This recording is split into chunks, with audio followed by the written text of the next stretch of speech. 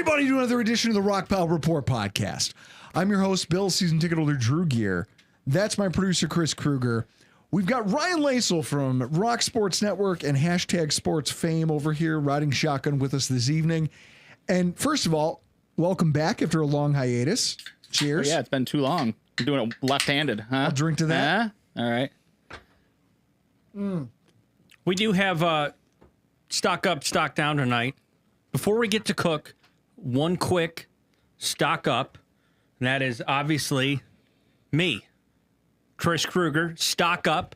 I didn't have jury duty this morning, and the prognosis on my knee for all that give a fuck, according to our friend Dr. Kyle Trimble. He's got a graphic for it. Yeah, I made that. It's a torn MCL, and according to Kyle, it's the best ligament you want to tear. No other ligaments torn, and I most likely won't need surgery.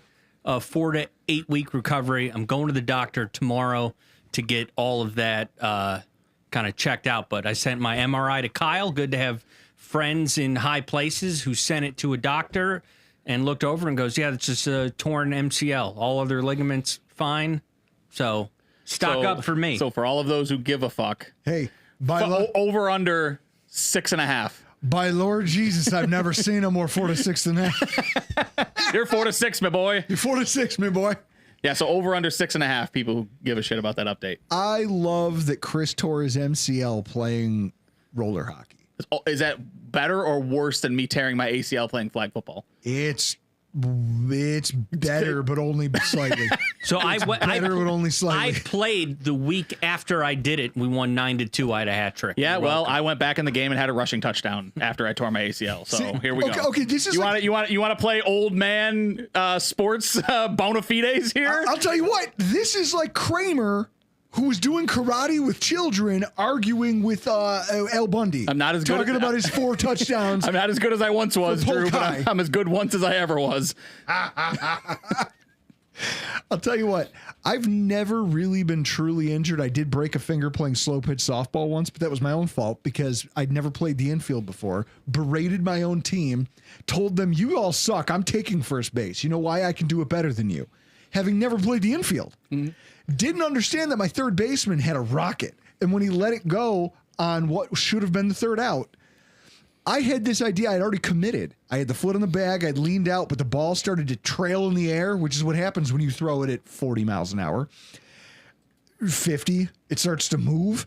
So I was like, well, I'll just catch it barehanded and tuck it into my glove, and just shattered my index finger. Like, it hit it, and I knew it was immediately broken. And I had to do this for days. So then, not only for the rest of the game, every time I came up to bat, everyone goes, hey, Drew, you're number one. My wife was like, who makes coffee the best? Hey, what are you number one? Because I'm like doing everything like this. Getting hurt playing amateur sports is the dumbest thing ever. And my favorite is that's Mario, by the way, Chris, in case you didn't know. I figured that's why. It's Mario on the hashtag sports channel. So journeyman Division III quarterback Mario Granada weighing in on the pissing contest going on about sports bona fides here. I will say, that's why I said we could add hairline to it. Mine hasn't moved. But here's Mario's hasn't either. It's just been the middle of the top of his head for the last 2 decades. What I know about Mario, though, which prevents me from talking too much smack, is that he is the only person I know who could actually give me the F5. Oh, yeah. Like the Brock Lesnar F5, if necessary, he could do it. Yeah. Like that's yeah. Oh, yeah. I joke with Mario because he's my broadcast partner, and I kind of pay him a little bit to do that, so I know that he won't actually lay hands on me. Mario is not a guy that you want to come up and start trying to decide whether or not you can get away with talking junk to Mario. It's amazing. It's amazing, guys. We have a great show for you tonight. Stock up, stock down. Obviously, Chris as well. Chris, you didn't ask me before we went on air, what whiskey am I drinking tonight? You tell me, boss. Yeah, you mull on this while you pop up the graphic. The stock up. First thing, we got to talk about it. James Cook's wallet, baby. The stock is through the roof right now. His wallet has never been heavier than it is today. Guys, I understand. I understand the don't pay a running back crowd. I understand the running backs don't get paid in this NFL. We are running back by committee. I understand all of your thoughts and feelings. I also understand, like Greg Thompson tweeted out, I had to bring it back from March and remind him, where he tweeted out, the first time Bean pays a running back will be the next time he does it will be the first time he's ever done it. And I had to find that tweet and send it back to him with a clip of feels like the first time. It's so like Brandon Bean breaking from what has been his methodology since he took over the Bills. Mm-hmm. We had LaShawn McCoy. He was a star. But when his effectiveness started to drop off and he was like, well, I think I still deserve to get paid, he immediately cut bait. Yeah. Then he went on to Devin Singletary, who he drafted, who is still playing in the NFL. Just Brandon Bean said, you're not worth a raise. I'm not going to be the one who gives it to you. I'm not even going to make you an offer. I want you to go look for other work because I'm going to move on because I envision something new for my running back room. I always want to be building. I always want to be evolving. And I mean, you know, the Giants thought enough of Devin Singletary to try to replace Saquon Barkley with him. So everyone thought that was a mistake at first for Bean. Yeah, but look what geniuses they look like. Oh, my God. Oh, don't worry. Christopher posts in there, wait, what if I already bought James Cook's house? Don't worry. He can afford a new one. He can afford a new one. Like, yeah. So this is something that I think, though, when you look at the depth chart now compared to where Brandon Bean was when he took over this team, just look at it with me, okay? Run down the names. You now have James Cook in the fold long term, Ray Davis, Ty Johnson, Frank Gore Jr., who was showing off during the preseason game this past weekend. I think it wouldn't be unfair to say that the Buffalo Bills maybe have the most talented running back room on game day with their 53-man roster in the AFC. If you think about now that we've locked up a high-end piece of talent, you've got Ray Davis, you've got Ty Johnson, who is your third down back specialist, pass catching back specialist. I mean, that ridiculous catch against the Broncos. Yeah. How many teams have a third running back who can do that? Yeah. The Bills have cultivated the most dynamic running back room in football and paired it with an offensive coordinator who, even though your quarterback gets all the billing for his passing, flows when it's at its best through the running back room. Mm-hmm. And so in that way, I have a question for you.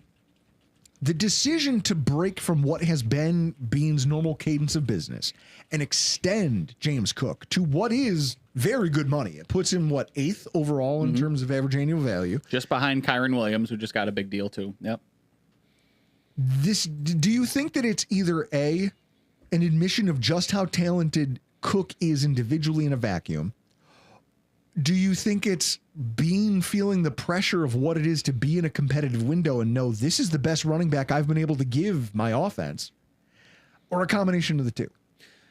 I think it has to be a combination of the two, right? Like feeling the pressure of the window. Yeah, I think there's a ton of pressure now that Josh has gotten his giant extension, right? And he's paid that back to the team by going out and winning an MVP, having you within a breath of the Super Bowl again, right?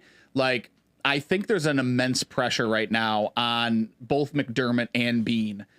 You know, I said it on the show, I think it was after the 13 seconds or whenever, but you know, my comment was you can't get to 30, Josh Allen's 30th year. You can't get there and not have been to a Super Bowl. Like, that would be an abject failure to have a talent like Josh Allen, to have the talent that they have defensively, to have, you know, kind of all of the pieces that they have. That's fine. But when you've got a top 3 quarterback in the NFL, you can't get to his age 30 season and not have been to the Super Bowl, right? Like that, it just feels like the window, as long as you have Josh Allen, the window's always open. But how much is the window open as he continues to age? So there's the pressure of that. There's also the thought process behind Cook, and I'm assuming that this is part of it. James Cook only played in 45% of snaps last season. So he was hyper effective when he was on the field. So you wonder if there were questions behind the scenes now that Joe Brady's back for another year. How much are you going to utilize him? Are you going to utilize him more? Because we're going to pay him for 45% snappage. That's right. We're paying him for 45% of the snaps. If you're going to play him more than that and he's able to maintain that effectiveness, then the day he steps on the field, he's going to be more valuable than his contract is, which is something that you don't find a lot in running backs who have big deals. It's Saquon Barkley, and then that's it. That's the list. It's really Saquon Barkley and Derrick Henry. That's it. That's right? a really salient point. It's a really good way of looking at this because, again, I think a lot of people see the numbers and the position and they get caught up in their feelings about paying running backs and just about their own sports ethos and how they think a team should be built. The reality is, if you're looking at James Cook as just, hey, the group that screams that this team hasn't done enough to give Josh Allen playmakers, here's one. No, he doesn't work for Josh Allen the way the wide receiver room does. Instead, he just goes out there and does work so Josh doesn't have to. Right. That matters. And in that way, getting this done, whether or not I like it, quote unquote, right? Because it's a hard thing to say, hey, I love the idea we just gave millions of dollars to a running back. Is it a good idea for the football team where we are in time and place right now? And I think that you have to argue through that lens that it kind of is.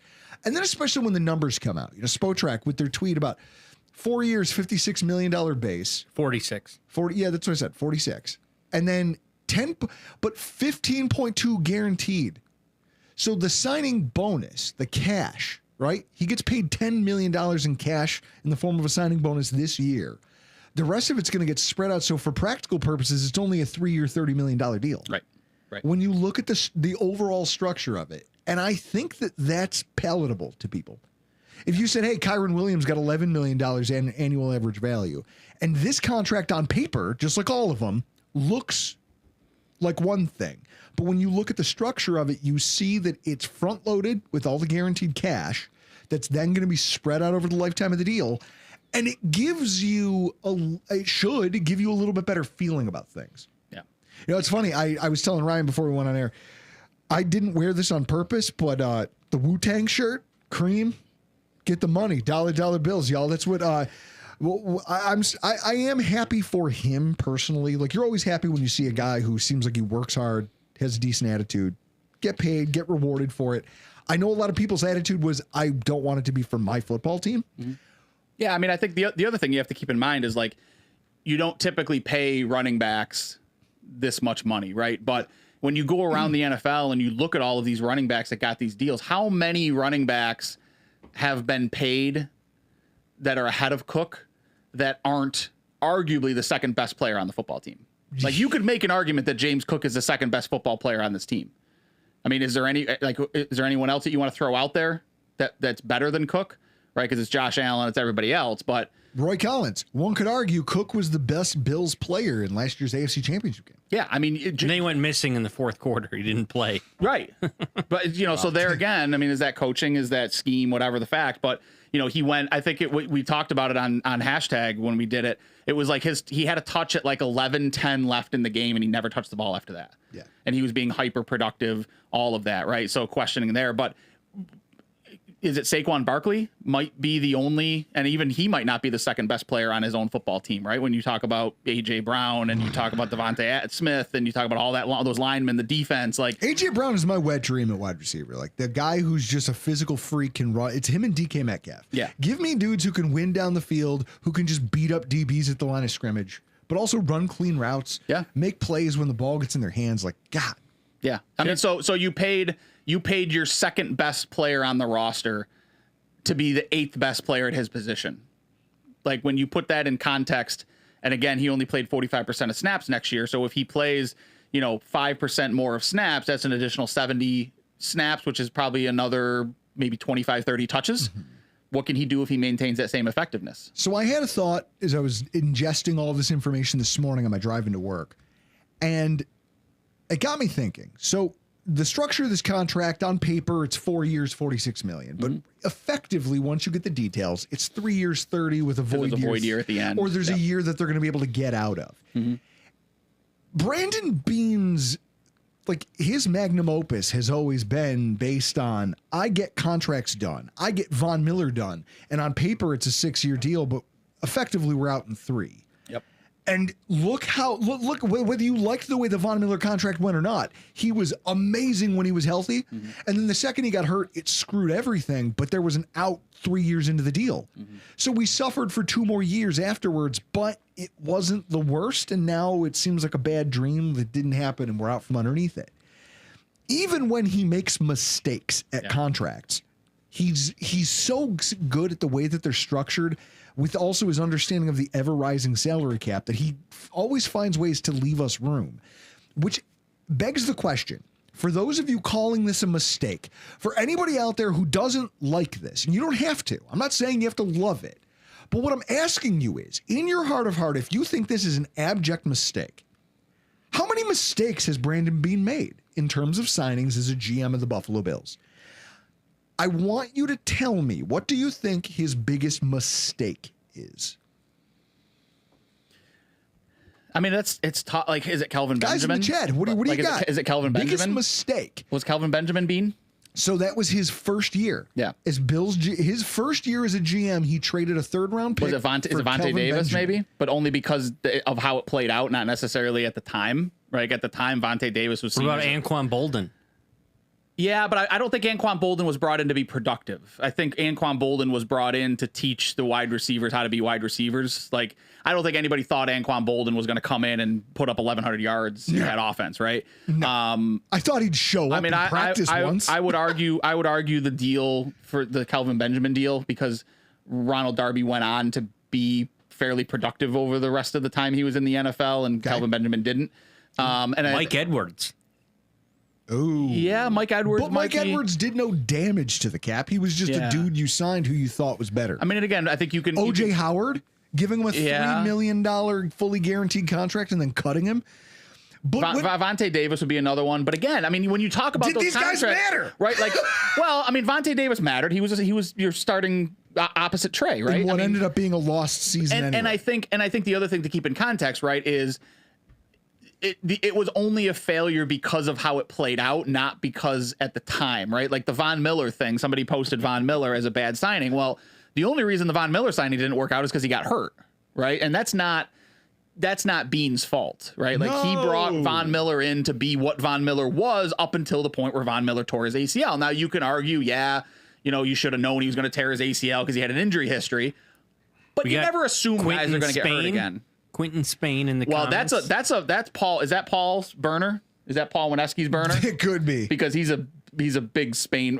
He was still in the league up until 2 years ago. Quentin I think Spain left the Buffalo Bills. He tricked a lot of football teams into thinking that he was a good quality Quentin Spain player. never went on to do anything after he left the Buffalo Bills, even though he had one really good year with us and thought he could leverage it into an extension. My point is, for asking this question, I also love how the chat just all of a sudden turned into who was your crush.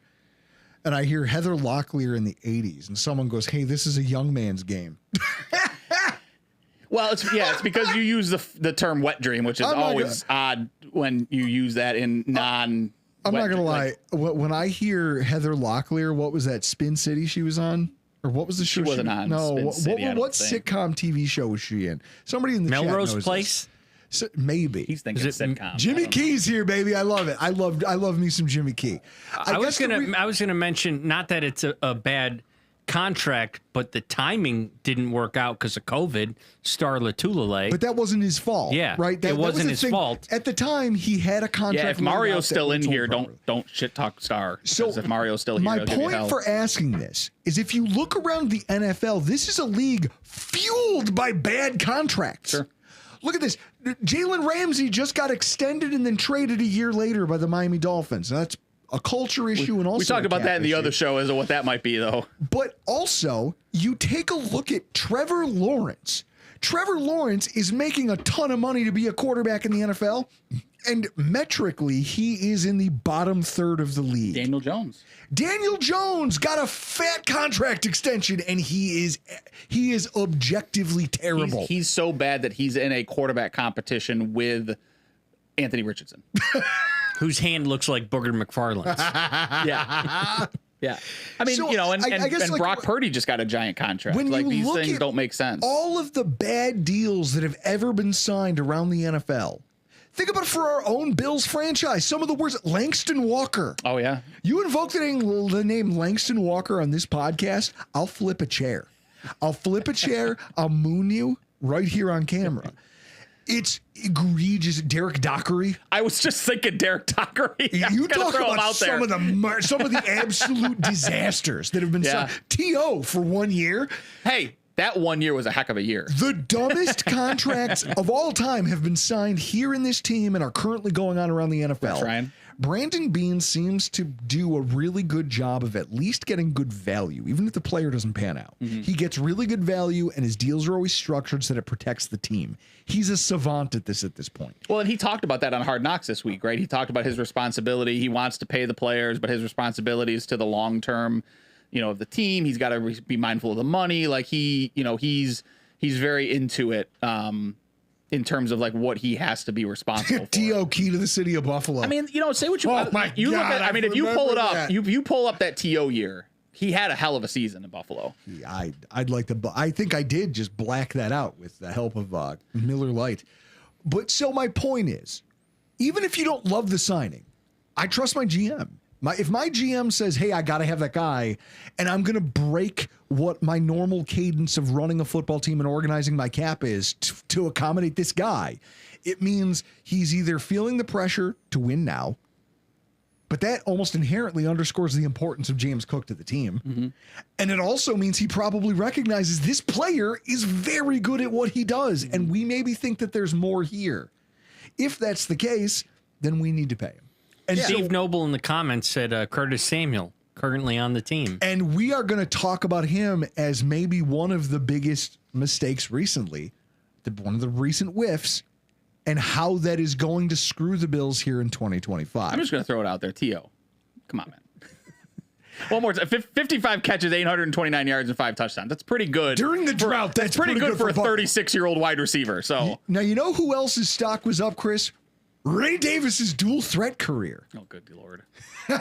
We do this every year. We do this gadget shit with somebody every year. Nothing made me happier than him walking around the sidelines at Hard Knocks going, hey, I kicked a 50-yarder. When I was in high school, man, I kicked that 50-yarder. And everyone's such like, an Uncle Rico moment, wasn't it? I'll throw a ball over the mountains. And everyone's like, well, do you have it on tape? Nah, man, there was no YouTube back then. They're like, that wasn't that long ago, Ray. YouTube back then? Ray, He's you're 24 years old. They're like, Ray, you're not that old. Like, I bet you there was. He goes, nah, there was no one around with a camera. It was in the dark. Like all of his videos weren't going up on Max Preps or something like that. All the lights went out that day. Nobody saw it, but I kicked a 50-yarder. I guarantee you. It was so funny. But so then he finally gets the chance to put his money where his mouth is, and he does it. I'm not going to lie. I've had those moments. Yeah. I've had moments over the course of my life where I talked a lot of smack about something that I said I was confident that I could do, but in my head I go, it's a 50-50 proposition. You're also, how confident are you because you know that's never going to happen? Exactly. Right? Like no one's going to find out I'm a liar. I can do monkey bars. I can talk recklessly about this. It doesn't matter. And then all of a sudden someone approaches you with an opportunity and puts it in your lap and goes, all right, big guy. There's your shot. And you go, all of a sudden, Lose Yourself by Eminem starts playing in your ears. And you're like, oh no, this is the moment where my whole life is going to fall apart in front. I'm going to cry if I don't nail this. And he goes out there and, to his credit, puts it over the bar. And I liked that Del Reed had a new shirt design ready for this in less than 48 hours. That is a professional. That is a professional right there. That's a man who knows his audience. Do you know that it's the first time since the AFL-NFL merger that a non-kicker has kicked a field goal in a real game? Really? Yeah. That's surprising. They were like, it's the first time someone's come in and just banged one in. Yeah, that's interesting. Or an extra point. That's what it was. An extra point. An extra point. His career as dual threat Ray Davis, sky's the limit. Running the ball. Yeah. And this is what I want to and I think this means even more now in the aftermath of the James Cook extension. You're talking about Ray Davis, that slip and fall of his in the first quarter. Yeah. If you look at the play and you go back and you rewatch it on tape, he's got it blocked perfectly for him. He's on the side of the field, okay? He's got Palmer and he's got Coleman. Coleman has the slot DB. So by virtue of that, your slot DB is sealed off. He's bigger than that guy, and he's got him manhandled. Palmer has the outside guy carrying him up the field, and he will inevitably start to run block. If he doesn't slip and fall, he cuts it outside for maybe a 20, 30-yard gain. And somehow he just slips and falls. And then he's talking about this idea that, I lost weight this year. I lost weight. I wanted to be quicker. I wanted to be faster. I wanted to be more decisive. And that's great. But he even said, hey, with my weight, I was a short yardage back. Well, yeah, we still need that. Yeah. What happens now? Because you've lost 10 pounds. I don't know. He can still be a power back to a certain degree. But I would have liked him to leave that. Like, you're trying to be faster, more explosive. You don't have to work. Was it maybe because he felt like the window was open? Like, hey, if they're going to let James Cook have his last year, if I can just show I'm explosive, maybe this job's mine. Yeah. You have to, we can't be naive and think that his agent isn't in Ray Davis's ear going, look, I don't know what's going to happen with this James Cook stuff, but if you can lose some weight and you can become more explosive, the door might be left open for you to usurp his position going into next season, going into 2026. You could be the starting back if you just flash a little. Now, in retrospect, that seems like a misstep. Doesn't it? Yeah. The other thing, I wonder how much he was trying to differentiate himself from Frank Gore, because Gore is a between the tackles guy, right? And, so maybe Davis is trying to kind of come up with that like in between status, but yeah, I mean, it hasn't worked out so far. Christopher, the fan base's biggest Ray Davis hater is officially clocking in. Good evening. How do you hate Ray Davis? What is there to hate about Ray Davis? Christopher, you better expand on that in the comments while I continue this discussion. Watching everything that I thought was wrong with Ray Davis Saturday led to Ty Johnson just really showing why he's the most valuable third down or third back in any running back room in the AFC. I mean, we've watched him make circus catches in playoff games. We've watched him make that ridiculous third down catch against the Lions. Yeah. How do you run a route like that and then understand settling down in the hole in the zone where your quarterback wants you to be? Yeah. The touchdown catch he had on the back line, back end zone line. That's what I mean. Late in the year. Yeah. These aren't things that happen in a vacuum if you're not super talented. So now that we've got James Cook in the fold, this is the most talented running back room, regardless of what you think of Ray Davis. And if Ray Davis continues to excel, I almost think it gives you a better feeling because you've got Ty Johnson for one more year after this. You've got Ray Davis for at least 2 more seasons after this. Like, this room for the foreseeable future might be the best in the AFC. Yeah. Find me a better one.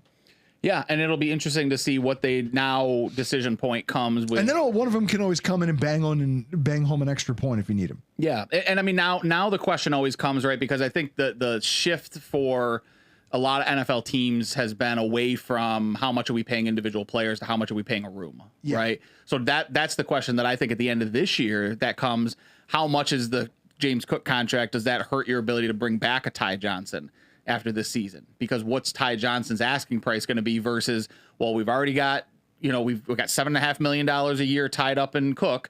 If we only want to spend 10 on the room entirely, what do we owe Ray Davis? What do we owe Frank Gore? What can we bring Ty Johnson in at? So those things I think all have to come into play. And then it also comes back to what we talked about earlier, the window, right? You're going to have to find value. What's like this old Granddad 7, $40. You gave me shit about it. You're drinking it. It's really good. Can I have some more? Yes. Can you come hit me up? Smooth, light. Yeah. So That's I think very good whiskey. Yeah. So I think that's where you talk about, because I mean, Ty Johnson is tremendously valuable to this team. I mean, he's an intangible. He's the guy that Josh trusts in big moments. He's the Mac Hollins of the running back room. Well, he's not getting paid. He's the guy that Josh trusts in big moments. And I think that means more than even almost anything. Thank you, sir. Right. Gracias. Because when the play breaks down for Josh and he's looking for a play, he finds Ty Johnson a lot, which means he's looking for Ty Johnson a lot, right? Like, so there's value to that. I still don't know that he entirely trusts Cook out of the backfield to catch the balls that need to be caught. Cook had some drops in his rookie season. He had some drops last year. Like, he had moments where he didn't finish the route or he didn't make the catch, or if he gets the bag and doesn't hit the jugs machine, I will be furious. Yeah, but then you look at Ty Johnson and it's like you said, you can point at 10, 11, 12 plays throughout the course of the season where it's like that's a play that nobody else on the team can make, and Josh found him for that play, right? Lauren Uber in the comments, his representation not taking an easy piggyback to come out with the Ray Day Sunday feels like they fumbled the bag. Yeah. They fumbled the bag. Someone would have paid for that. Oh, absolutely. Christopher, he willingly accepted the role as the organization's face of anti-James Cook propaganda for nearly a year. Nice story, no doubt, but that was shameless. He's also no bruiser. Not our A-train, that's for sure. I'll tell you what, there will never be another Antoine Smith the way he played here for the Buffalo Bills. A-Train or Lord Tensai? I don't even know what that reference is. That's a WWE reference. Did you just get that, Ryan? No, I had it. I had it to begin with because that's a tough pull. Because That's a deep cut. That's a deep cut. Yeah, It's a because deep Lord cut. Tensai sucked and didn't get over. Yeah, I think it was something about the Japanese Steve Noble. characteristics that were painted all over his chest. That didn't Steve make him Noble in the get over. comments. Ty Johnson versus the Giants, 3 carries, 26 yards, and 18 of those yards were after contact. That's what this room is and needs to continue to be. And that's actually where James Cook, Ray Davis, and Ty Johnson all excel is yards after contact. Yeah. And if Ray Davis can excel in that area too, this does become the deepest and most complete room in the AFC, hands down. Now, guys, Yeah, we do Ty Johnson's, James Cook had 584 snaps last season. Ty Johnson had 401. We've made it 37 minutes without me saying anything negative. Here we go. Sean McDermott's judgment gets the first stock down of the week. Now hold with me here. I'm not about to go on some diatribe about in-game decision making. Oh, this thing, the other thing. Sean McDermott was fucking hilarious during that game.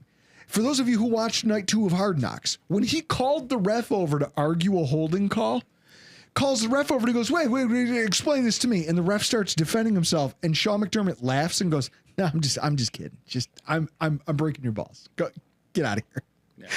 It's so funny to see Sean McDermott being loose, but the decision to call, like on a 93-degree day, with no shade to be found for players or fans who are still sitting in the stands alike. So you figure in the stands, it's probably 94, 95 degrees. Were you still there? No, I had taken the kids. I was already on my 3rd beer in the swimming pool with the children by that point. The stands are filled with children. You are there. It's 95 in the seats. It's 104 down on the field. I think it was like 103. Mm-hmm. Your team is trailing by 9 points. There's 33 seconds left in the game. You call a timeout? The clock is running and you call a timeout? I haven't personally read the Geneva Convention from cover to cover, but I'm pretty sure that choice right there could be qualified as a war crime. You could be tried for this, sir. I appreciate you picking that one other than the one we talked about earlier. Yeah, right? But yeah, I mean, I think, well, Sean McDermott will say the preseason is the time to practice little things. Oh, the little things? Situational football, my friend. Situational football, my ass. Everyone out there is baking alive. Complimentary football. Your players and your fan base are baking alive. Can we, the scene in Hard Knocks, did you see the scene in Hard Knocks as the game was waning on and Sean McDermott's there and there's like his assistant, whoever that is standing next to him. And he starts talking about like, wow, the keys to today, a complimentary football. And I'm like, are you prepping for your post-game press conference? Is that what's going on here? Because if you watch it back, the guy starts to write feverishly, the assistant. I'm like, are you getting ready for your post-game press conference as to how you will open? Like complimentary football and like we play good football. We consistency is, the little things. Practice. We did all the little that is hilarious. Yeah. If he has a speechwriter and he has to go out there and get it all out of his system. Like it reminds me, like now that you're saying this, I picture the movie Old School, where Will Ferrell goes to the podium against James Carville and goes, he's like, wait, you want to open the debate? Sure, let the man have it. And he goes out there and just blacks out and just gives a dissertation and then wakes up and he's like, I don't remember what I said. I wonder if that's what happens to Sean McDermott when he gets to the podium. He just blacks out and immediately just goes back to coach speak. But your decision, Sean McDermott, to call a timeout with 33 seconds left in a game that's unwinnable, but you're like, well, I want to get a look at this. A preseason game that's unwinnable, yeah. I want to decide whether or not I'm going to go for it on 4th down. I want to stop the clock and give it. It doesn't matter. None of this matters. And yet you're willing to make everyone sit around for an extra 5 minutes. Could you imagine if the ref looked at him and just went, no? Yeah, exactly. It would have been hilarious if the referees were like, you want to do a what? And he's like, no, a timeout. They're like, no. Yeah, no, we're not doing timeouts. No, we didn't stop. And then it would be funny to hear him protest it after the game. He's like, well, I called a timeout. I don't know what happened there. And they call the refs in. The refs are like, I didn't see it. Yeah. And everyone, they have him on film looking at him going, no timeout. The ref's like, I didn't see him. I don't know what he's talking about. And everyone in the booth is like, no, this is justified. We're going to let this slide. Yeah. We're going to destroy the footage. These refs can't be held accountable for this. They prevented a disaster. Yeah. It's crazy to me that he made that call. Be smarter, Sean. We only have one preseason game. We're trying to get children to like being at the stadium. You want to cook them alive for an extra, 5 minutes? Because you want to analyze the decision to go for it on 4th down and goal when you can't win. Yeah. It's just that right there. Sean McDermott, you just, I love him. I hate him. I have a complicated relationship. He's like my ex-girlfriend. Like, I love you, and I also will fight you at the drop of a hat. I could keep saying it. I just so badly want to be wrong about Sean McDermott because he comes off as such a likable, nice guy, right? But some of the stuff he does, man, come on. What are we doing here? I'd rather he got on all of his weird ass calls before the season. Well, he does. I know we talked about Hard Knocks already, but there's a part in Hard Knocks where right at the beginning of the game, they're focusing on Damar Hamlin. And there's a scene where Hamlin lines up and they pan over to Sean McDermott and he's like, get up in their faces, get up in their grills. Like he's clearly talking to the secondary. And I'm like, 13 seconds. Where was that in 13 seconds? Tell him to get 14 yards off the ball when they need 6. Like, what are we doing here, Sean? It's amazing. Like he's practicing the things that he doesn't do in the regular season and playoffs in the preseason. And like, I don't understand what's going on here. Like, he's an enigma. The man, he's an enigma. Chris, they did the show Enigma about Aaron Rodgers. Yeah, it's clearly Sean McDermott. We need a Netflix special Enigma on this guy. 2. Enigma 2, Sean McDermott. They're gonna be like, what? This guy with a bucket shrouded in SPF. His bucket hat keeps getting bigger too every single year. Well, they cover why. Nah, I get it. Yeah, okay. But I'll tell you this. Do you get it? It gets bigger every single year that he doesn't win a Super Bowl. Eventually, he's going to look like Carmen Sandiego from that PBS show. It's fucking wild. He's going to be out here with a giant fedora on. We need to win one. He looked more like Raiden from Mortal Kombat with that giant thing. With the razors on the ends. Steve Noble, my biggest stock down, head-scratching moment during Hard Knocks episode 2 is when Pagula asked who number 44 was. It's Buffalo Joe, the local kid who amazingly made the roster last year. Well, guess what? We spent the pre-record talking about how you got to keep. The worst part about that, Steve, is legitimately the fact that they showed him earlier in the show interrupting a conversation to say, Buffalo Joe, that's what they call him. And then, not 2 minutes later, they show that scene of him going, who's that 44 that's out there? Like, come on, man. Don't let the man speak publicly. He's doing it because he's on Hard Knocks, guys. right? Go check out on HBO. We talked about Terry Pagula a bunch on the pre-record. It's good. Tank Ninja. McDermott knew it would personally offend Drew. That's why he did it. Yeah, I feel like sometimes his existence is you think Sean McDermott listens to the Rockpile Report podcast? He exists to make my life harder. I'm pretty sure that's why Sean McDermott's here. Stock up. Tyrell Shavers. Just a little bit of love, right? A little bit of love. I think you have to. Like he's a guy that you feel for because last season he was derailed, a bit, and he's done everything they've asked. The focus on him has been and continues to be that he brings a size to the position that they don't have on the roster outside of him, right? Like Keon's a bigger guy right now, but Keon doesn't have that combination of size and speed that you're looking for and that Shavers has. I think the question really for Shavers is going to come down to how impactful can he be on special teams? And I still hate that about McDermott, but it's a point about that fifth wide receiver role, right? McDermott flat out said, oh, no, he admitted. He goes, he had a great day, but special teams is going to be really important for Shavers. Yeah. Here's what I'll say. Well, because he's competing with Laviska Shenault, which I think is...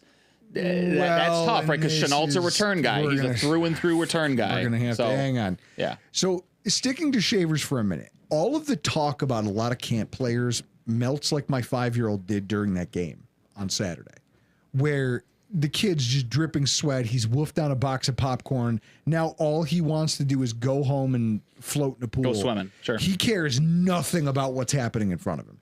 And I go, buddy, the Bills are about to score a touchdown. He looks at me with a face that's full of, I couldn't give a damn less, Dad. And I go, kid, I hear you. I get it. I've been there. Preseason hype builds expectations that players can't live up to, Chris. How many have done it? David Sills, Brandon Riley. How many preseason darlings have we seen that just never? Zach Davidson, who showed his ass on Saturday, which is hilarious. Yeah, I mean, but if you ask Anne Frank, he should have been led on the catch. It seems like there's a running back almost every year. For those of you fall in love with. For those of you who don't know who Anne Frank of the Bills podcast community is, linger longer. That's all I can say. linger longer. You'll figure it out. Here's what I love about Tyrell Shavers, though. He's not that guy whose hype let him down. In fact, if anything, the hype was justified on Saturday. And it's not about the fact that he made the catches, it's how he made the catches that I'm fascinated with. You go back and you rewatch the game. His first catch is a 12-yard gain, and it's a pitch and catch. He's wide open. But he's wide open on the inside because you watch the mechanics of it. The DB creeps up and meets him at the line of scrimmage. He's hell-bent on playing man defense. So he comes up, he's going to get in Shavers' face. Shavers comes off the line, meets him right off the snap, steps outside with a false step, and then uses his entire weight to cut inside quickly. Shoulders even. Legs are already turning. So the DB has nothing to key on. The DB plays the boundary, and he just turns inside on the DB, and now he's got that inside leverage, and he's so big you can't take it away from him. This is what we've wanted from a boundary receiver. We couldn't get it last year. This guy did the thing where he turned the leverage, he earned it on the inside, and now it's just an easy pitch and catch for Trubisky. The safety crashes to make the tackle, but there's no way he's going to break up the pass, and it's an easy 12-yard gain. You need a guy who understands the nuance of how to use the presence of the boundary against the cornerback, where it's like, well, now you as the DB, especially if you're playing man, you have to figure out where I'm going and try to wall me off. Well, guess what? If you pick wrong, you're never going to recover because I'm too big. Yeah. I mean, I think for Shavers, the question for Shavers, because he's competing for that wide receiver 5'6" position, right? Like, let's not get it twisted. Like, I see the comment in there, Roy, who's asking, is he going to supplant Moore? Preseason games, it's important to keep an eye on who's playing and when they're playing, right? Like, Moore didn't play a ton. Jeff Rook, she was in Spin City. Yeah, Heather Locklear. Woo! So do I know my sitcoms or what? Yeah, I mean, I don't think Shavers is fighting for a roster spot between like Elijah Moore and Curtis Samuel. Like, those aren't the guys he's fighting with. The guys he's fighting with specifically, I think, is going to be Laviska Shenault. And the question I think that will come down to is, Shavers does a lot on offense. Does he do enough on special teams versus a Shenault who's going to do a lot on special teams, and does he do enough on offense? So I think there's that comparison. I don't want to walk away from this without talking about the big catch, right? Yep. Again, 15 seconds to go. Giants aren't playing prevent, but they're playing off the ball. The DB is 8 yards off the line of scrimmage. Again, he gears up, gets to full speed, gets inside, uses a fake move, and burns him to the inside. And there's nothing that guy can do. And because he doesn't have safety help over the top, it's an easy throw down the field. This is a guy who has refined his technique for what you want him to be. Is he ever going to be your wide receiver 2? No. Hell no. But as a wide receiver 5, 6, I'd love a guy like that on the team. Yeah, and it's just going to come down to like McDermott said, special teams is what you're looking for with that wide receiver 5-6 role. So can Shavers give you enough versus, again, a Shenault who, Shenault had a 97-yard kick return last year for a touchdown. Like that, those things matter in the grand scheme of things. Oh, it doesn't just matter. Chris, you know who else's stock is up that we begrudgingly have to talk about? Laviska Shenault. Yeah. Chris, go ahead and throw it up there on the screen for the people. Son of a bitch. I need whiskey for this. Laviska Shenault had himself a Saturday. Mm-hmm. He did. He had himself a Saturday. He proved to be everything that you thought he would have been coming out of college. Okay? He got punt return work. He got kick return work. He got reps as a gunner on the coverage unit. He was everywhere. He tied third in the NFL with a 31.0 yard kick return average. So out of all the returners who touched a ball, he was third in the NFL. Mm-hmm. He led the team despite three other players getting a crack at that. Hardy got a kick return. Hamler got a kick return. Codrington got a kick return. Mm-hmm. They were well behind him. Not just like, hey, it was close. It was it. No. And don't forget, Codrington was brought in last year to be the kick returner. And Shenault is coming off of a year last year. He averaged 29 yards a return. He had a big return for a touchdown for a team in Seattle that wasn't great. And don't forget, he fumbled. Yeah. He fumbled twice and was cut the next day. But let's not forget, too, that Laviska Shenault's young, right? I mean, he's only in his fifth year in the NFL. Which is crazy because he feels older, right? He hasn't caught on anywhere. It feels like forever ago. Well, he had 2 solid years in Jacksonville, and then he got hurt. Allegedly. Yeah. It sounds. If Jacksonville plays a football game, does anybody give a shit? Like that's. Does it? If a tree falls in the woods and nobody's there to hear it, did a football game take place? It's the same. What I look at is I hated Shenault in the draft process because people kept calling him what's his face, the guy who just I think retired. He was playing for the Falcons, then he played for the Steelers, then he's played for everybody. He's the running back / wide receiver / kick returner / everything. Oh yeah, I know what you're talking about. I can't think of it. Oh my god, in the chat, guys, if you know him now, he's played everywhere. He was an icon in the NFL. He was an early round draft pick that just found a way to hang around. Laviska Shenault was talked about as being this do everything football player, and it drove me nuts. Because I didn't understand the idea that this guy has been great at all these things, but he's not elite at anything. That doesn't strike me as a player you should be wanting to draft in the first round. And yet my idiot friends would get drunk and tell me, oh, the Bills got to get this guy. He's great. I go, that's a drought era pick. Yes, Cordero Patterson. Yes. He was billed to me as Cordero Patterson. And I wanted to hate on it. And now I'm seeing it as he's what? Chris, go ahead and Google what his age is. If you can do that for me. Who's that? Laviska Shenault. I've got it up, Chris. He's good 27. So he's not that old. They gave him his very first punt return action, though. He was never a punt returner in his career, but Tabor said, hey, guess what? Laviska Shenault, get out there and return punts. Do you know he out punt returned Brandon Codrington? Mm-hmm. Yeah, he's got no punt returns on his career. He's got 25 kick returns total, but 16 of those came last year when he played for Seattle. But I wish I had a pillow to scream into. Like don't forget who we're talking about though. Like his rookie year, his 2 years in Jacksonville, he averaged 600 yards receiving too. So he was used as kind of what I think they think Samuel's going to be. And this is right, where, So this is where the Samuel conversation starts. But before I get there. There's one more interesting wrinkle. I was listening to Cover One's Turf to Tape with Sal Capaccio and Eric Turner. I don't know what that is, but sure. It's a show. I like how you're too cool. It's not too cool. I don't have time, man. I don't have time to. You're too cool. I don't have time to do the X's and O's stuff. Like you were talking about like Shavers, like on the boundary and stuff. I'm like, dude, can we just like make some jokes and talk about like I don't know what you know. Because I like watching film, unlike some of our idiot social media corollaries. Here's what I'll say as I go to grab a, oh my God, that's a milk stout. I can't drink that now. Good God. I'll be in the grave. Here's what's going to happen. Oh no, this is worse. It's a Coors Banquet. What is this? What is this? The show Yellowstone? You already had a high life tonight. Am I pretending to be Rip over here? So Sal Capaccio pointed out that when they have Laviska Shenault running routes in camp, Josh Allen is looking for and prioritizing Laviska Shenault and finding him very often. He's open and he gets open because he's doing the satellite wide receiver package that you would expect Curtis Samuel to be running, except Laviska Shenault's doing it and Josh Allen is responding to it. Mm-hmm. I hate all of this because he's checking a lot of boxes for this football team.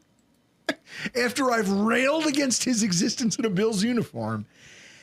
And I guess the question is, like, being an admitted Laviska Shenault hater, the depth chart might be shifting with the fact that he's here and he's doing the job that they expected of Curtis Samuel. Plus he can return. Plus he can play special teams. Well, yeah, and the other thing too for you, I don't know if you know, Chris, do you have any of Laviska Shenault stuff up right now in front of you? No. Do you know how Like, big? Do you know how big he is? No. Do you know how big he is? OnlyFans? 6'3". Do you know how big Laviska Shenault is? No. 6'1". That's fairly big for a guy with his skill set. He's 6'1", 225, and he runs a 4.5. He ran a 4.58 at the combine. I can find that at Walmart. So dude can run. You can find that at Walmart, right? But I mean, so like when you talk about that 5th, 6th receiver spot, you know, is it a foregone conclusion that Curtis Samuel makes the roster? If it's a foregone conclusion that he makes the roster, does Laviska Shenault become the Drew Gear, harumph hat on a hat, harumph player? And this makes me angry because we were talking about Bean's contract mistakes. And here's what frustrates me. You can't, for the crowd that's out there going, we'll just cut or trade Samuel. You can't. The Buffalo Bills will incur a $12.5 million cap charge if they get rid of, no matter how they do it, they will take that cap charge if they get rid of Curtis Samuel this year. Yeah. So that means they can't, he's become an immovable object on this roster, whether people want to admit it or not. Mm-hmm. And that sucks for our team. I hate it. Is it happenstance that he's got some, looks like nagging injuries in training camp? He seems to be banged up a little bit. The other thing I want to point out, so Roy Collins in the chat, Shenault played well against third stringers. Like, so from preseason perspective in general, like the preseason football is recency bias at its core, right? Sure. Or confirmation bias at its core, right? Because are we like, so if Shenault played well against second and third stringers, are we using that to downplay his effectiveness to try to get Shavers on the roster? Then what did Shavers perform against, right? Like, so Shedeur Sanders, same thing, right? Yep. Like Shedeur Sanders' performance, he went out there and threw for 154 yards and 2 touchdowns. Those who believe in him will point to that and say, see, he can do it. Those who don't believe in him say, well, it's just the preseason, who gives a shit, right? Like the preseason is the ultimate confirmation bias. You can make a player do, it's kind of like data, right? Like you can make data do whatever you want it to do. It just depends on what you're using it for. Preseason football is the same thing. I looked at this game and watching Laviska Shenault kick return, punt return, play gunner, catch a touchdown pass as a wide receiver, and I go, fuck. Yeah. I'm going to have to get used to this, and I don't like it. Yeah. The other one who played well is KJ Hamler. Does he find his way onto the practice squad roster? But when you look at the size of the offensive and defensive line rooms and just the number of quality players and how much we know football hinges on those positions, they're not going to skimp on those. Right. Like if they can, they're going to try to find a way to get Javon Solomon onto this roster. Mm-hmm. And if that's the case, there's no world where both Shavers and Shenault make the roster at the same time. No, if they carry, only because Curtis Samuel's here. If they carry Solomon, which means they're probably going to go seven defensive linemen, that means that you're going to lose a 6th wide receiver. They're not going to keep a 6th wide receiver when you're keeping 8 defensive linemen, 7 offensive linemen, like, you know, all of these iterations of a roster, you know. So it's going to be interesting how the second preseason game plays out, because those are things you want to watch. Number one, who comes off the field when Josh Allen's not out there anymore? Yep. Right?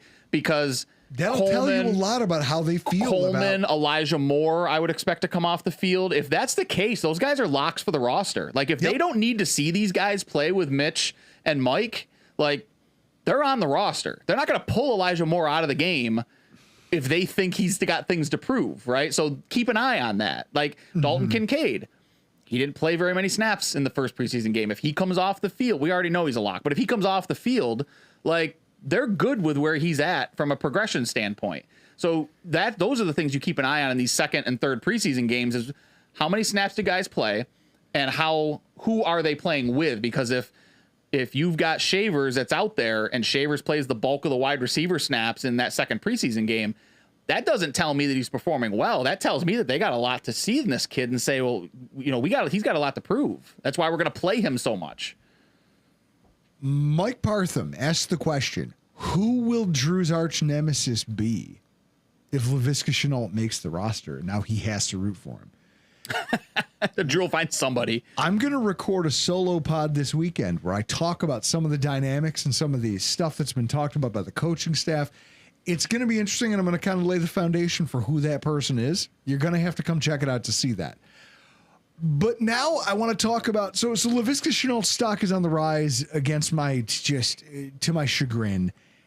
And now we have to talk about someone whose stock is down, and that's every social media analyst in the Bills fan base. Chris, I don't even know how I don't think you have a graphic for it. You don't need. I did. You told me to put Trey White, Elijah Moore, and TJ Sanders on a graphic. Here we go. That's what everyone's seeing. There's been a lot of knee-jerk reactions out there, and I think maybe some of them are coming from some of the worst, most overreactionary fans who feel like because they got access to NFL Plus that lets them rewatch the game, and in some cases lets them see like the all 22. They go, well, I'm a film watcher now, and I can tell you what I saw in a given play. And it's like, okay, but do you know what's happening? Do you know, like me and Anthony Prohaska joke about this. His favorite is route combination and coverage versus a DB, where people go, well, this guy didn't know where he was going. And it's like, yeah, but do you know what his responsibility was in that play? No.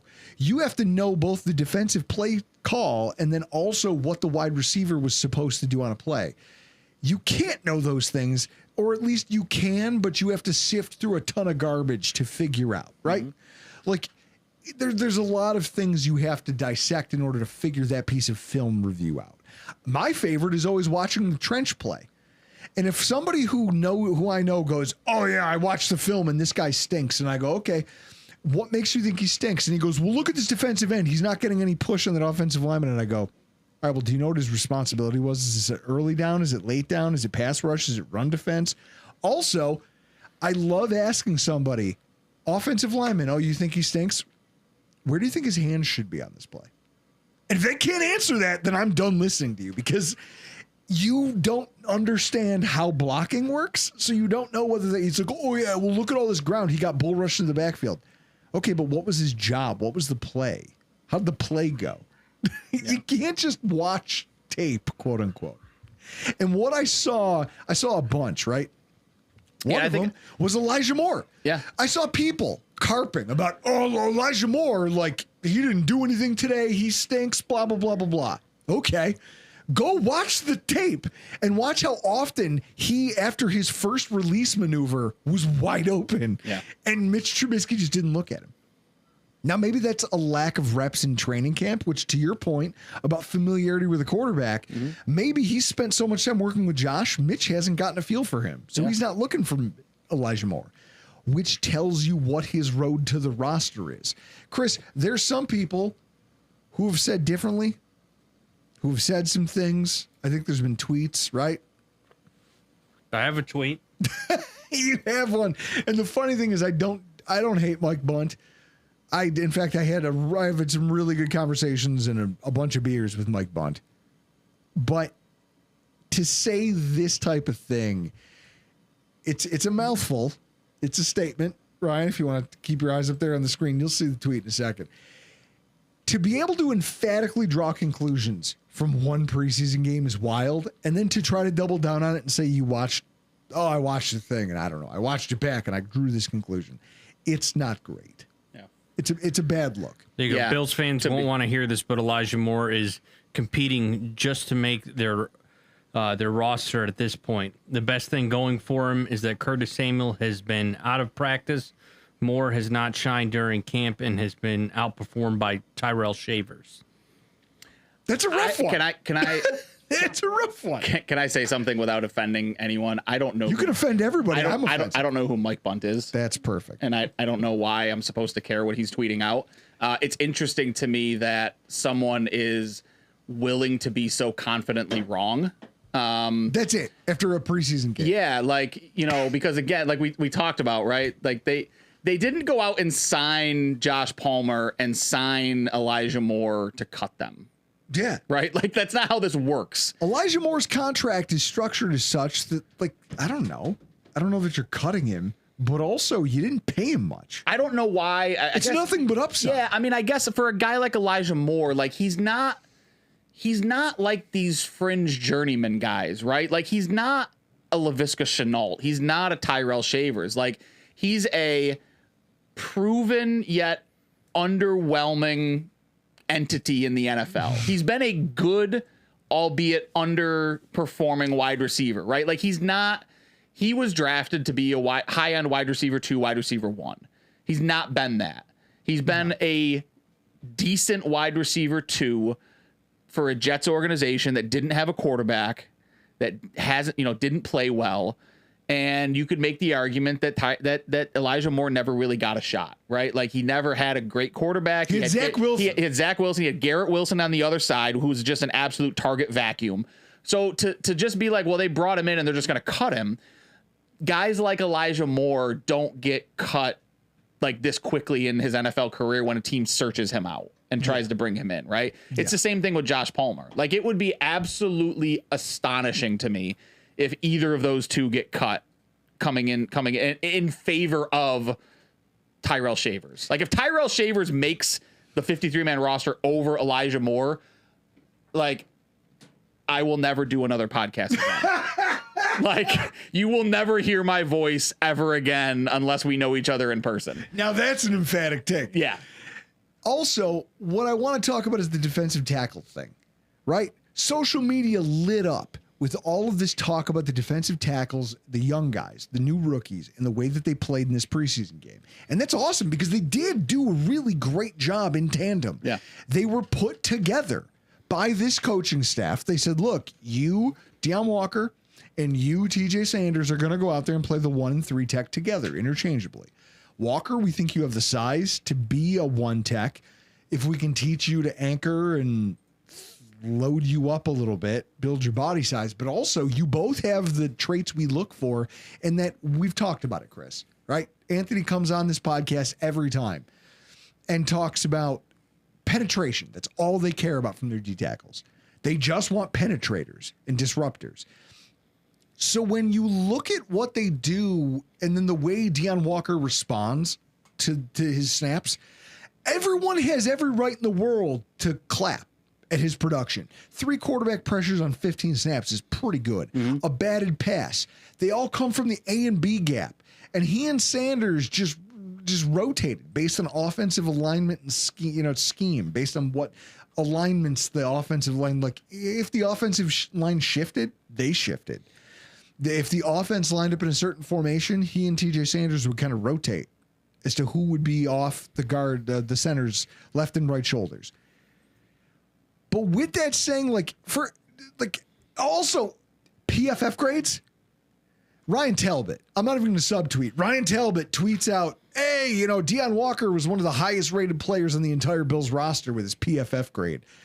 If you're quoting me PFF grades on a fucking preseason game, shoot me in the face. This is the dumbest thing I've ever heard. Like you're getting pantsed.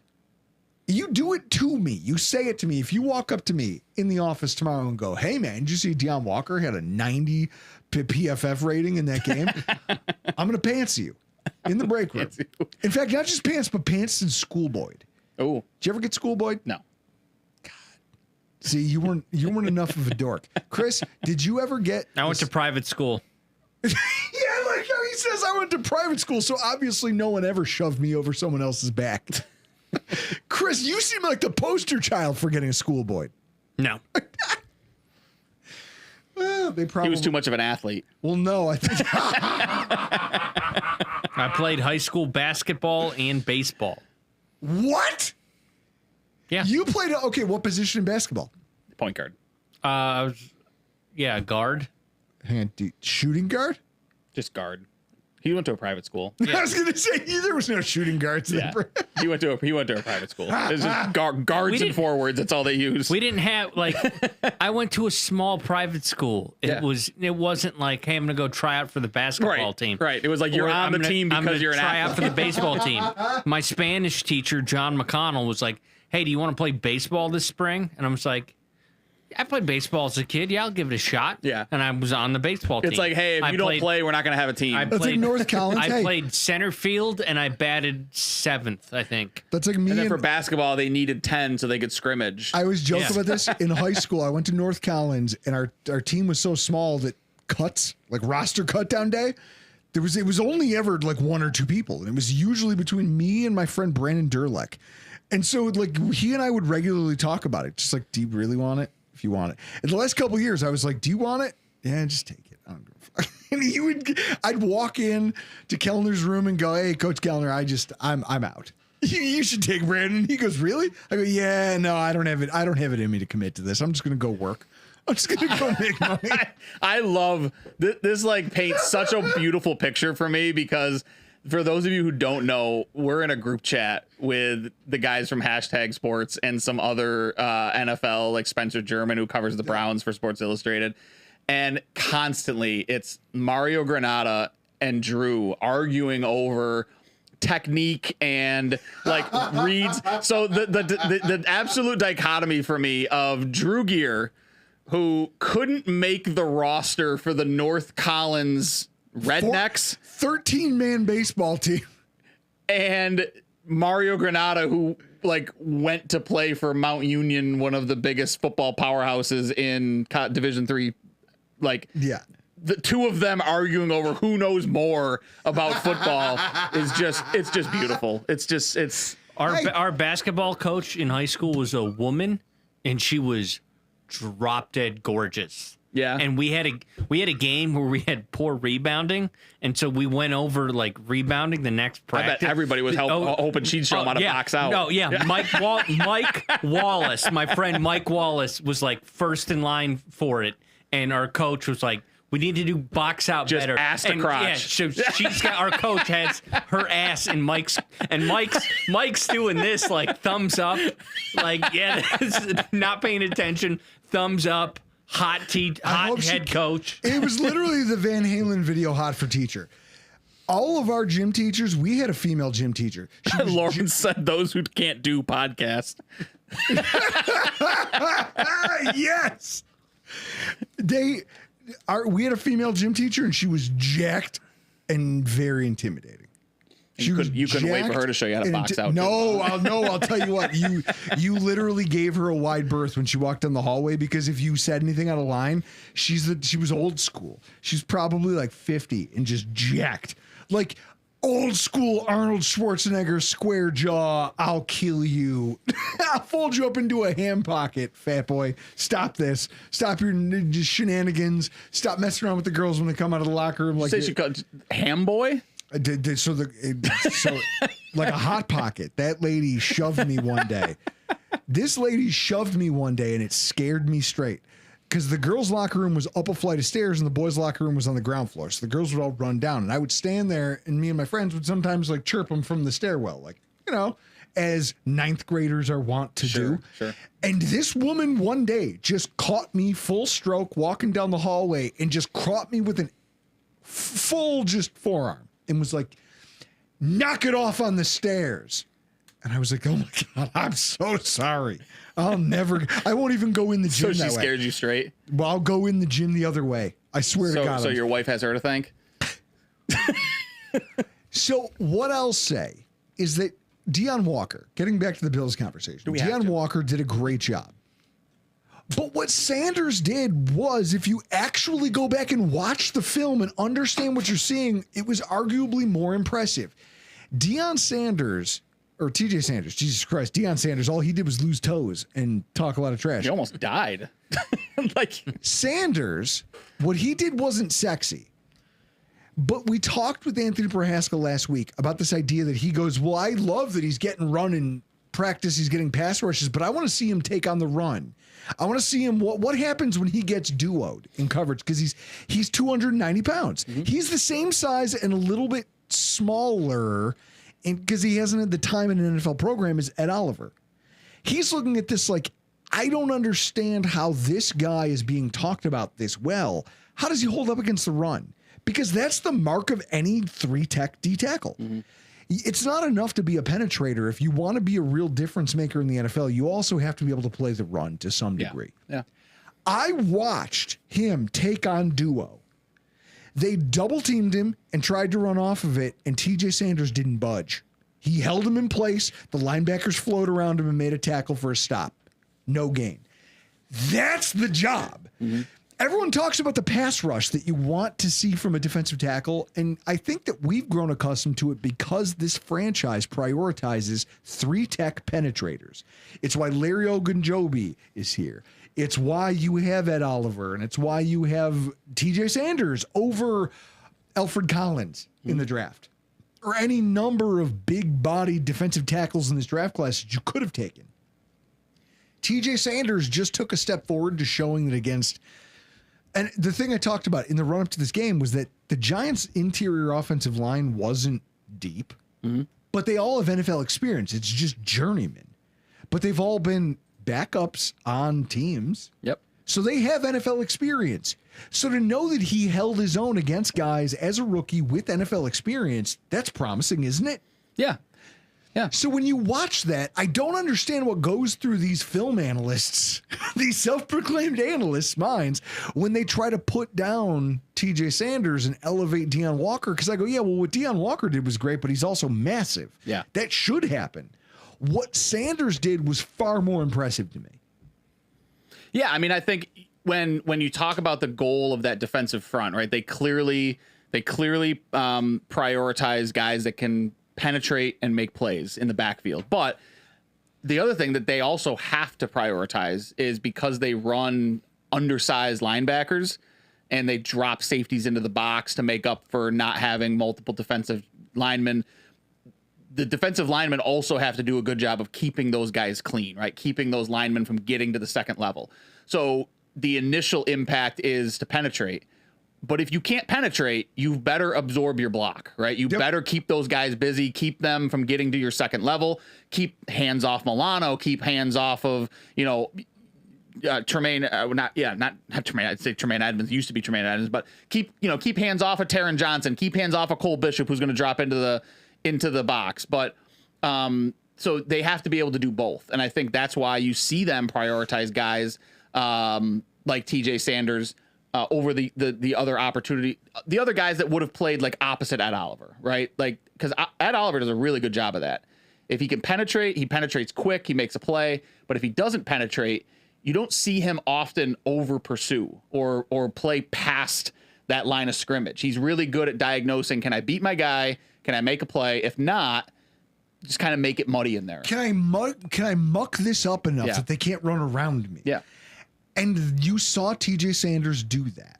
And so in that way, I think that even though you look at Deion Walker and go, yeah, good for you, I'll give you your flowers. Yeah. I look at TJ Sanders and go, that's the thing that I wanted to see out of my second round pick. Right. Can you get in there and mix it up, muck things up when you don't get the pass rush? Yeah. And when you do get the pass rush, do you hit the quarterback? And there was like that play where he just wails Jackson down. Like he just labels him. Good. That's what I want from you. Yeah. I don't need you to get me 10 sacks a year. What I need you to do is get me 6 and just be a problem. Yeah. Well, be a Drew Gear. Just be an issue for every single person who happens to walk into your gravity. Like you have a sphere of influence. Be that.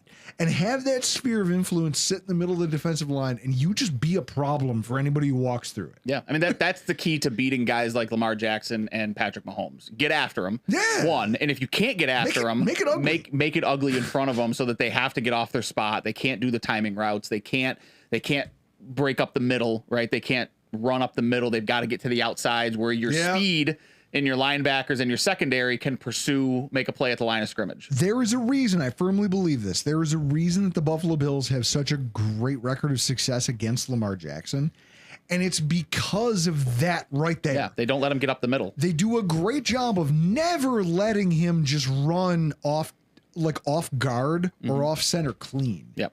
You never see Lamar Jackson when he gets out and he's running around against the Bills. How many plays has he had like that against us that you can remember? Not many. I mean, because the key to success for a quarterback, and Josh does it a lot, Lamar does it a lot, Mahomes is really good at it. Your best runs are typically the runs where you can step up in the pocket, the defensive line rushes past you and there's a hole and you can go up the middle. Yep. Because everything else is cleared out, right? And then you got the Josh middle of does the it all the field time. to work off of. Anytime you get guys that can get around, that have to go around the tackles, around the defensive ends, they have to get to the edge to make those runs. Those are the plays you want quarterbacks having to make. Now, these guys can make those plays, right? But they don't make them at a high enough clip to be much more. If you ask those quarterbacks, what would you rather do? Break contain up the middle or break contain off the outside? They're all going to want to go up the middle. So that's the way you beat those guys. And that's, like you said, that's why they've been successful against Lamar Jackson, because they've got so much speed at the linebacker that if they can get him going outside, they can get to the spot and meet him there. They might not beat him there, but they can meet him there. And this is where I'm actually going to open up a hot take, Chris, that I'm going to offer it up to our week 1 preview guest, Ken McCusick. I think that the biggest problem that the Ravens have had in the postseason is that they overthink this dynamic, because teams know this about Lamar Jackson. Mm-hmm. So they purposely muddy up the middle of the offensive line. And instead of trying to steer into it, the Ravens think they're smart and they go, no, just throw it around it. Mm-hmm. And you watch what happens to the Ravens every postseason when they try to go aerial attack. Instead of just being what they are, which is the best combination of runners with Derrick Henry and Lamar Jackson that the NFL has ever seen. Mm-hmm. Look at Ray Rice and Lamar Jackson. Or Not Ray Rice. Not Ray Rice. Oh, who was it? Oh, no. Gus Edwards. Yeah. J.K. Dobbins. Yeah, I was going to say, God, Ray Rice. Gus Edwards didn't punch anybody. Yeah, Ray Rice is problematic in his own way. So it was just the idea that I think teams have figured that out. Yeah. And they know that that's the Ravens' downfall. And the Ravens have outsmarted themselves every single year by trying to overthink that dynamic. By drafting Deion Walker and drafting TJ Sanders and having them show up, you can help perpetuate that. Yeah. And I love that. I mean, that's also how you beat Derrick Henry, too, right? Is you don't let him get a head of speed, a full head of speed going up the middle of your defense. Make him get to the outside, because he's an amazing running back. He's one of the best running backs I've ever watched play the game of football. But he's not as effective if he has to go to the outside as he is if he can get clean up the middle. As we kind of wrap up the show, I love that Spin in the comments goes, I kind of want Shavers to win the job over Moore just so I can call the bluff now. Yeah, no, I mean, I appreciate Spin. Always Spin and I have what you would define as a complicated relationship, but what I was going to say is I've got notes here. We could go on for another hour, because I look at Trey White's bad day versus Joey Bosa's good day. Yeah. And I go, listen, they're both flawed depending on what tape you're looking at. Yeah, I mean, it's different for vets too, it's right? The preseason. Yeah, I mean, it's different for vets. It's the preseason. Like for Bosa, like the goal for Bosa is like, can he not get hurt, and can he do what we want him to do based on the play call, right? Is that not also the goal for Trey White? Absolutely. Hey, can Trey White go out there, do the thing we ask him to do?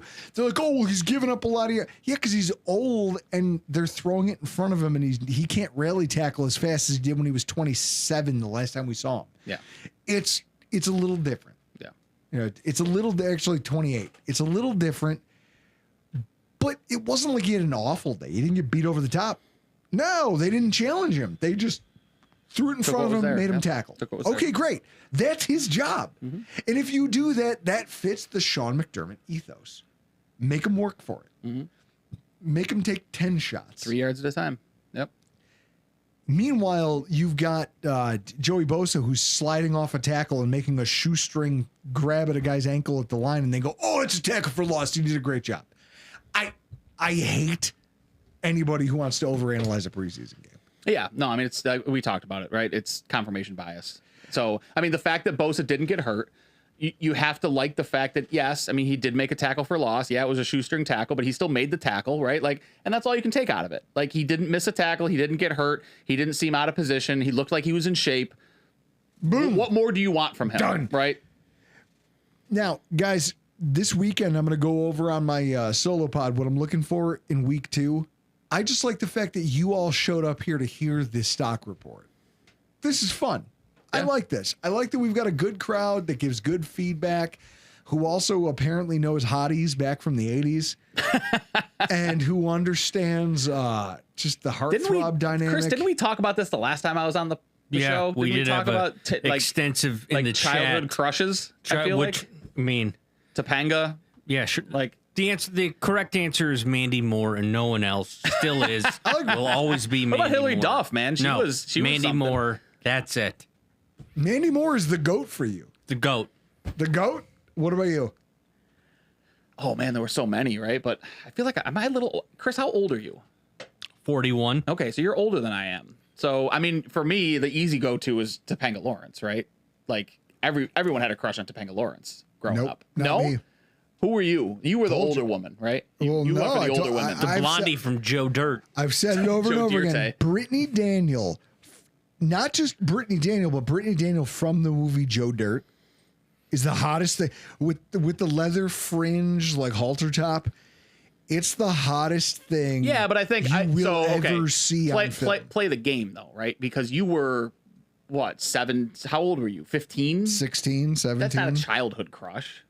Dude, I was 15. I'm saying when I childhood saw- crush. Like Mandy Moore, you would have been 14, I think. yeah. I mean, so I'm saying Topanga Lawrence. I was 11, like 10. Okay, so You know, so like you have to understand. You got to. What game are we playing here, right? Like hottest girl I from our guess I childhood. didn't have or- cable, so I didn't watch a lot of TV, and I didn't get exposed. And I did okay, so I didn't have internet until I was in 5th grade, and then it was dial up, and I didn't know what to do with it.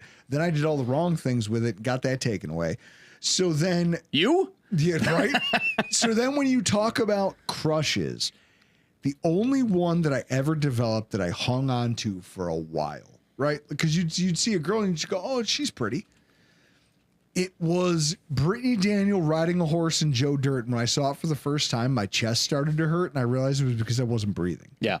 I was like, "Oh my God, I haven't taken a breath in like 30 seconds." Yeah, I mean, because you saw Joe Dirt when you were 15, 16 years old, right? Like, I first saw Topanga Lawrence when I was 8.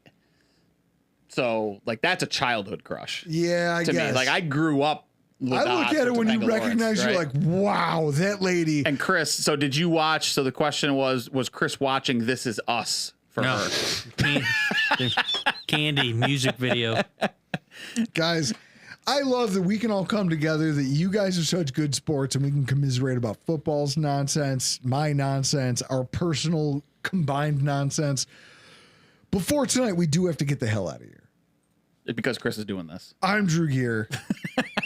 That's my idiot producer, Chris Kruger, with the torn MCL because he plays roller hockey. This is Ryan Lasel from Rock Sports Network and #Sports. And this has been your Rockpile Report.